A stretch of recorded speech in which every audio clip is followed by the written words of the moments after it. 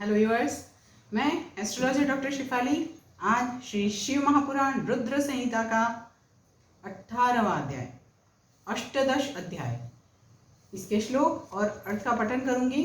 और यहाँ पे 18वां अध्याय है उसको मैं 5 भागों में 5 दिन तक पढ़ूंगी, इसके श्लोक और उसके अर्थ। और जैसे ही मैं समग्र शिव परिवार को नमन करती हूँ वैसे ही ओम शिवक्रतुंड महाकाय सूर्यकोटि समप्रभ निर्विघ्नं कुरु मे देव सर्वकार्येषु सर्वदा। ओम श्री विनायक प्रसन्नोस्तु। ओम गणपते नमः शिव महेश्वराभ्यां नमः। जय पार्वती माता, जय कार्तिकेय स्वामी। ओम नमः शिवाय, ओम नमः शिवाय, ओम नमः शिवाय। अथाष्टादशो अध्यायः। शिव मंदिर में दीपदान के प्रभाव से पाप मुक्त होकर गुणनिधि का दूसरे जन्म में कलिंग देश का राजा बनना और फिर शिव भक्ति के कारण कुबेर पद की प्राप्ति। ब्रह्मोवाच श्रुत्वा तथा सवृत्तान्तं प्राक्तनं स्वं विनिन्द्यं च काञ्चिन् दिशं समालोक्य निर्ययौ दीक्षिताङ्गजः कियञ्चिरं ततो गत्वा यज्ञदत्तात्मजः स हि दुष्टो गुणनिधिस्ततस्थो गतोत्साहो विसर्जितः। हमने बात किया था कल कि यज्ञदत्त जो हैं वो बोले हैं कि आप अपनी उसकी खुद की जो दीक्षित जो बोले हैं, यज्ञदत्त ने बोला है कि हे दीक्षितायनी धूर्तपुत्र गुणनिधि कहाँ है।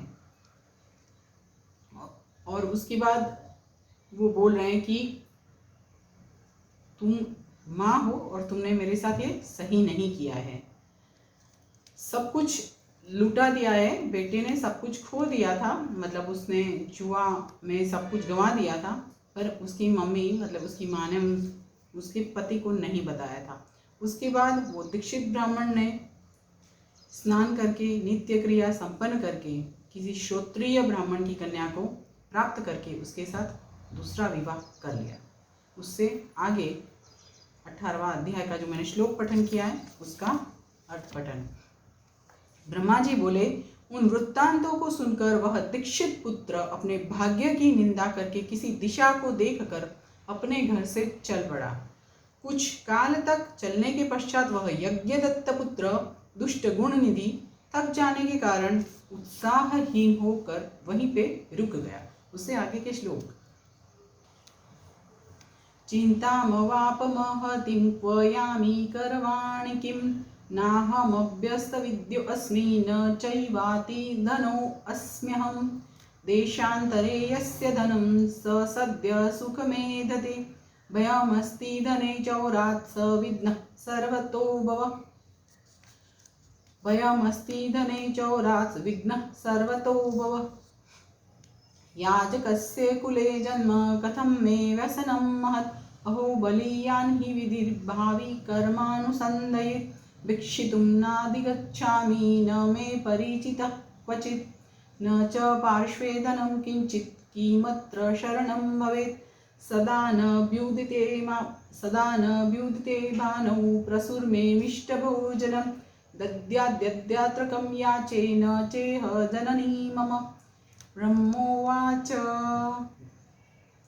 इति चिन्तयतस्तस्य बहुशस्तत्र नारदः अतिदिनं तरोर्मूले भानुरस्ताचलं गतः एतस्मिन्नेव समये कश्चिन्माहेश्वरो नरः सहोपहारनादाय नगरात् बहिरभ्यगात् नानाविधान् महादिव्यान् स्वजनैः परिवारितः समभ्यर्चितुमीशानं शिवरात्रावुपोषितः शिवालयं प्रविश्याथ स भक्त शिवसक्तदिः यथोचितं सुचित्तेन पूजयामास शङ्करं पक्वान्न गन्धमाघ्राय यज्ञदत्तात्मजो द्विजः पितृत्यक्तो मातृहीनः क्षुधितः स तमन्वगात् इदमन्नं मया ग्राह्यं शिवायोपकृतं निशि सुप्ते शैव जने दैवात् सर्वस्मिन् विविधं महत् इत्याशामवलम्ब्याथ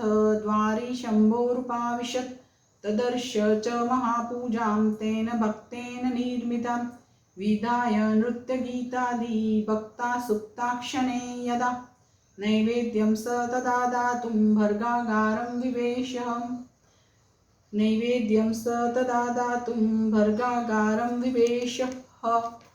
यहाँ पे प्रथम भाग परिपूर्ण कर रही हूँ। जितने श्लोक का पठन किया है उसके अर्थ का पठन करूँगी। वह बहुत बड़ी चिंता में पड़ गया, दीक्षित पुत्र की बात है। वह बहुत बड़ी चिंता में पड़ गया कि अब मैं कहाँ जाऊँ, क्या करूँ। मैंने विद्या का अभ्यास भी नहीं किया और ना तो मेरे पास अत्यधिक धन ही है।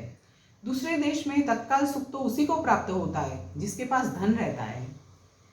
दूसरे देश में तत्काल सुख तो उसी को प्राप्त होता है जिसके पास धन होता है। यद्यपि धन रहने पर चोर से भय होता है, किंतु यह विघ्न सर्वत्र उत्पन्न हो सकता है। यहाँ पे बोला जाता है कि दूसरे देश में जब सुख कब प्राप्त होता है, जब धन होता है, परंतु धन रहने से चोर से जो भय रहता है वो सभी जगह पे रहता है। राइट। अरे याजक के कुल में जन्म होने पर भी मुझ में इतना बड़ा दुर्व्यसन कैसे आ गया, यह आश्चर्य है। किंतु भाग्य बड़ा बलवान है, वही मनुष्य के भावी कर्म का अनुसंधान करता है।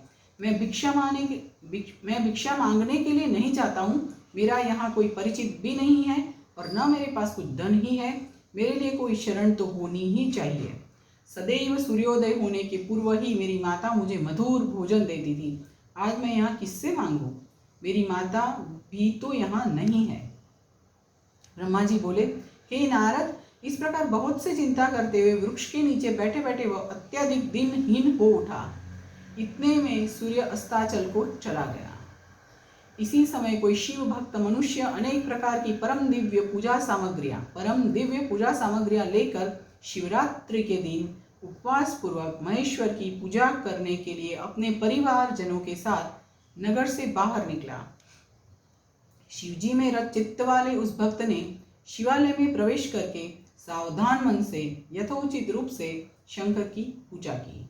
भगवान शिव के लिए लगाए गए नैवेद्य के पकवानों की गंध को सूंघकर पिता के द्वारा परित्यक्त, मातृहीन तथा भूख से व्याकुल यज्ञदत्त का पुत्र वह ब्राह्मण गुणनिधि उसके पास पहुंचा।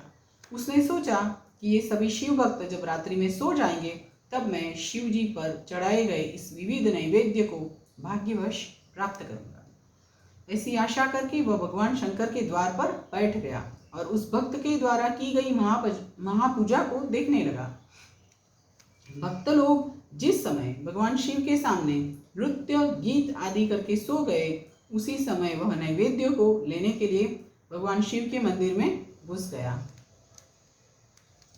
यहाँ पे 18वां जो अध्याय है शिव पुराण रुद्र संहिता का, उसका प्रथम भाग परिपूर्ण कर रही हूँ, कल द्वितीय भाग। जैसे ही मैं समग्र शिव परिवार को नमन करती हूँ वैसे ही ओम शिवक्रतुंड महाकाय सूर्यकोटि समप्रभ निर्विघ्नं कुरु मे देव सर्वकार्येषु सर्वदा। ओम श्री विनायक प्रसन्न ओम गणपतये नमः शिव उमा महेश्वराभ्यां नमः। जय पार्वती माता, जय कार्तिकेय स्वामी। ओम नमः शिवाय, ओम नमः शिवाय, ओम नमः शिवाय।